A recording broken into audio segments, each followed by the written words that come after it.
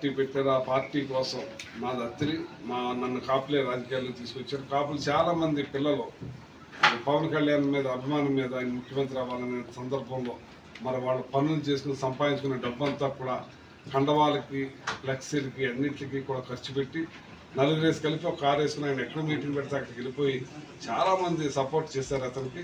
అటువంటిది ఒక call of the sudden మరి ఆయన జైల్లో పెట్టారని చెప్పి వెళ్ళిపోయి మద్దతు ప్రకటించేసి మేము కలిసి పోటీ చేస్తామని చెప్పడం జరిగింది. సరే మంచిది చెప్పారు.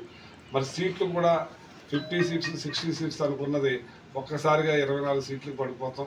ఆ సీట్లలో కూడా తెలుగుదేశం వాళ్ళని ఎక్కువ మంది పెట్టుకోవడం జరిగింది. సరే ఆ దానికి కూడా మరి సోదరులు కష్టపడిన పిల్లలందరూ కూడా బాధపడటం జరిగింది. అదే కాకుండా ఇవాళ ఏదైతే పవన్ కళ్యాణ్ గారు పోటీ చేస్తున్నారో దానికాడు కూడా ఏ తెలుగుదేశానికి సంబంధించిన పేరు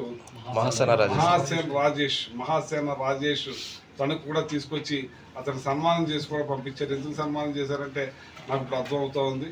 ఈ పవన్ కళ్యాణ్ గారిని ఓడించేయాలి, ఎట్టి పరిస్థితుల్లో అలాంటి శక్తులను మనం గెలిపించకూడదు, అలాంటి అరాచకుల మనుషులు మనకు ఉండకూడదని చెప్పి ఇష్టానుసారంగా మాట్లాడుతున్నారు. 24 సీట్లు కూడా ఓడించేయాలంటుంటే మరి ఇంత కష్టపడిన ఈ చిన్నారులు చాలామంది పనులు మానుకుని వాళ్ళ కుటుంబాలని వదిలి ఆయన కోసం శ్రమించిన వాళ్ళందరూ కూడా ఏమైపోవాలి.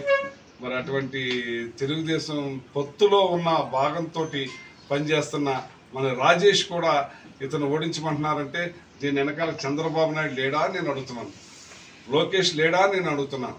ఇది చంద్రబాబు నాయుడు లోకేష్ ఆడించిన నాటకమే. ఇది డైరెక్ట్ రాజేష్ మాట్లాడిన మాటలు కాదు. ఇది వాళ్ళు మాట్లాడిస్తారు, వాళ్ళ అవసరాన్ని తీర్చుకుంటారు.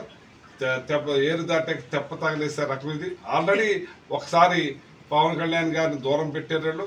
ఏదైతే పవన్ కళ్యాణ్ గారిని అడ్డం పెట్టుకుని గెలిచారో లాస్ట్ 2014లో గెలిచిన వెంటనే ఈయన మీద రకరకాలుగా మాట్లాడటం, ఫ్యామిలీని ట్రోల్ చేయటం, మరి ఇలా ఇంట్లో వాళ్ళని ట్రోల్ చేయటం చాలా చేస్తున్నారు. ఈయన ఫ్లెక్సీని కాళ్ళు వేసి తొక్కేయటం, ఇతనైనా మమ్మల్ని 2009లో గెలిపించారా, అలా అన్నయ్యని గెలిపించారా, దీన్ని హేళనగా మాట్లాడటం రకరకాలు మనం చూస్తున్నాం. మళ్ళీ ఇప్పుడు సేమ్ అదే పరిస్థితి రిపోర్ట్ చేస్తుంటే ఇతను అసెంబ్లీకి రాకుండానే చేయాలనే దురుద్దేశంతో తెలుగుదేశంలో ఉన్నది. ఇది తేట తెలువైంది, బయట పడింది.